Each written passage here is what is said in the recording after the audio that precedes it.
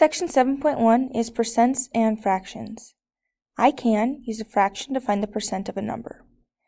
In marching band competitions, each band is judged on its musical performance, marching, and visual effect. At many competitions, a marching band is rated on a 100-point scale. A band that earns 85 points has earned 85% of the total possible points. The word percent means per hundred. Think about some words where we hear cent, like cents in a dollar, there's 100. A century is 100 years. A centimeter is 100 meters. So cent and hundred go together there. A percent is a ratio whose denominator is 100. And the symbol for percent is this, and we are familiar with that. In example 1 here, we are going to write percents as fractions in simplest form. So in order to do that, I'm going to take 29%, and I'm going to get rid of my percent sign. Notice how it's like a 0 with a line and a 0. We're just going to rewrite that as a 1 and a 0 and a 0. A 1 and a 0 and a 0. So we're going to get rid of our percent by writing it over 100. And 29 is prime, so we cannot reduce it any further than that. Same idea here with B. 45% we're going to write as a fraction. So we're going to get rid of our percent sign and use the 1 and the zeros to make it 100. Okay, percent means per 100. We can reduce here numbers that go into both 45 and 100. We can take a 5 out of each. 45 divided by 5 is 9. 100 divided by 5 is 20. And we get 9 over 20. Again, we always want to reduce if possible. Now we are going to go from fractions to percents, so work backwards. If I start with 7 over 10, I'm trying to go to 100, so we're going to come up with an equivalent fraction here, an equivalent ratio. To go from 10 to 100, I have to multiply by 10.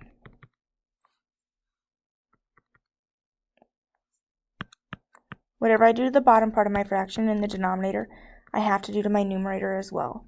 So 10 times 10 gets me to 100, perfect, and 7 times 10 gets me to 70. Now I have 70 over 100, which is 70. Instead of writing per 100, I can write that as percent. Same idea here with the 3/5. We're trying to write it as a percent, which means we need it to be over 100. In order to go from 5 to 100, I'm going to multiply by 20. But if you don't know that off the top of your head, that's fine. We can go smaller pieces. Again, whatever I do to the denominator, I have to do to the numerator. I can go like by 2 to get me to 10. And from 10, I can multiply by 10 to get me to 60 as well, just like I would have gotten here.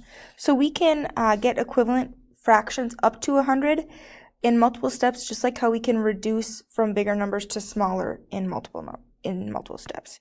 So 60 over 100, and now as a percent, we're going to write that as 60%. Per 100 is the same as percent, so we're going to use our percent symbol there. Go ahead, pause here and give these a try if you'd like. Okay, we are going to write percents as a fraction in simplest form, or write fractions as percents. So here we have a percent, and remember, percent means per 100.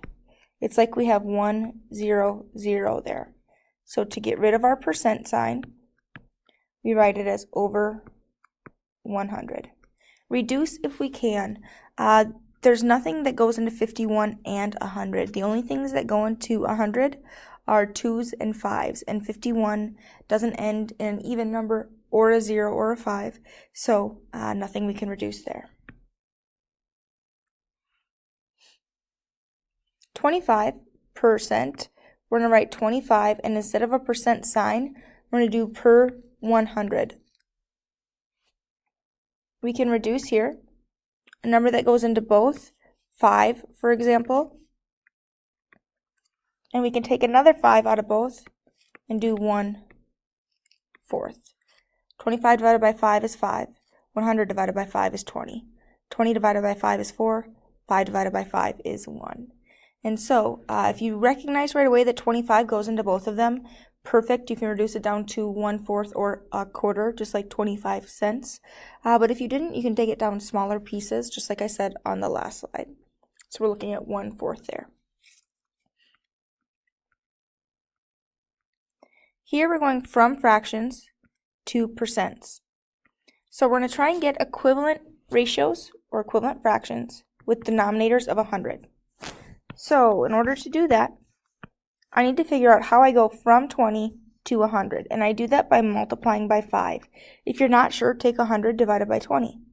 Okay, we get 5. Whatever I do to the denominator, I have to do to the numerator in order to keep it equivalent. So in the denominator, I have 100. In my numerator, I have 55. And instead of writing this as a fraction, 55 per 100, we can write it as 55%.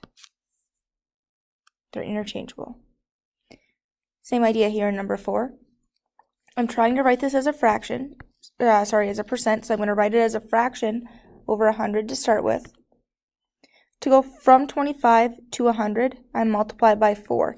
Think about it like money. There's 4 quarters in a dollar. We're going to do the same in the numerator. So 4 times 4 gives me 16. And again, we can write that as a percent, 16% instead of per 100.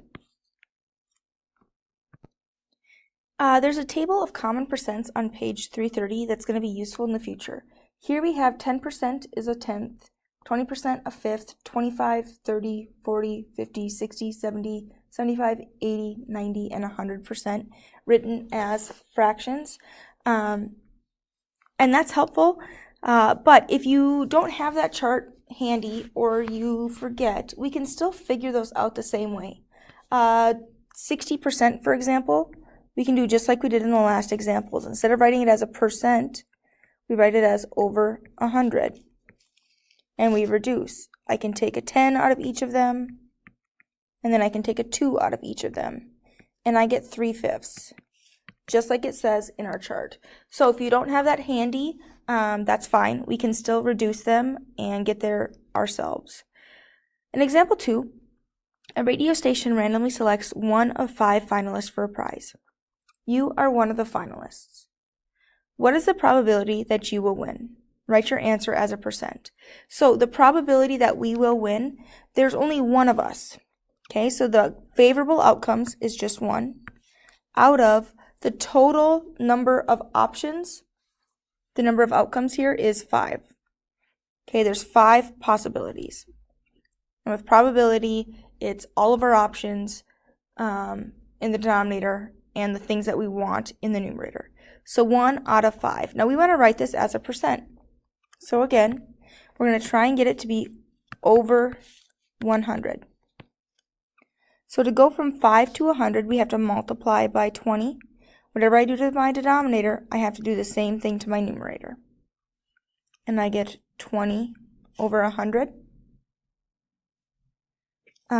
which is 20%. We also could have looked at our chart. Okay, 1/5, if we compare it to our chart, says 20%. So right from that chart on page 330, we could have gotten our answer. A desert tortoise can go a year or more without drinking water. When it does drink, its body weight can increase by 40%. Suppose a desert tortoise weighs 15 pounds after a long period without water. How many pounds can the tortoise gain when it drinks? So we're looking for 40% of the total weight. Okay, so we're going to take 40% times the total weight of 15. Of means times more often than not in math. So in order to do that, if we look at our chart, 40% it says is 2/5. And again, we could have figured that out ourselves. 40% means over 100 and reduced. Divide by 10 first of all if you want to. and then divide by 2, and we could have gotten to 2/5 as well. But that chart is helpful. Times 15. Remember, when we multiply fractions, we multiply straight across. So I write my whole number as a fraction is over 1. We multiply straight across. 2 times 15 is 30, and 5 times 1 is 5. Then reduce, and we get 6 pounds. Remember, we also could have simplified to start with before we multiplied. A 5 out of 5 and a 5 out of 15. And we'd have had 2 times 3 as well and still gotten to 6 pounds. So a desert tortoise that weighs 15 pounds, when it does drink, could drink up to 6 pounds of water. Okay, feel free to pause here and give any of these a try if you'd like. In example 2, suppose there are 10 finalists. What is the probability that you will win? Write your answer as a percent. So again, there's still only one of you, but our total number of options are now 10. And if we compare that to our chart tells us 1 over 10 is 10%. If we didn't have our chart, we still could have found that. Multiply by 10, top and bottom, we would have gotten 10 over 100, which is 10%. So either way there. 6 here, same idea. 25% of 36. And remember, of means times. And 25%, according to our chart, is 1/4, which again we could have figured out. 25 over 100 and reduce. 25 goes in once and in 4 times. We write this fraction as over 1, and we multiply across. 36 times 1 over 4 times 1, and reduce, we get 9. We could have canceled out right away as well, taking a 4 to both. 1 times 9 over 1 times 1. 70% of 70. 70%, it tells us, is 7 over 10. We could find that 70 over 100. Reduce by 10. 7 over 10. Take a 10 out of both of those. Of means times, and 70. In order to multiply here, I'm going to write that as a fraction and multiply across. We get 490 over 10 times 1 is 10. Reduce that, take a 10 out of both, and we get 49.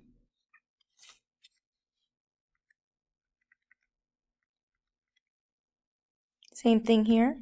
50%, according to our chart, is 1/2. That one's pretty common. That one you might already know. 50, instead of percent, we could do over 100. I could take a 50 out of 50 and a 50 out of 100. Of means time, and 14 over 1. Multiply straight across. 14 divided by 2, 7. And again, when we're reducing those fractions, we can use smaller pieces as well if we need to. So if you didn't recognize 50 goes into 100, we could have divided by 5 or 2 or 10 or anything else along the way. 75%, according to our chart, is 3/4. If we didn't have that, we could still find it. 75% means over 100. We can reduce here by either 25 or 5. If I take out a 5, for example, I'm left with 15. And a 5 out of 100 is 20. Now I can take another 5 out, and I have 3, a 5 out, and I have 4. So 3/4. Of means times 80.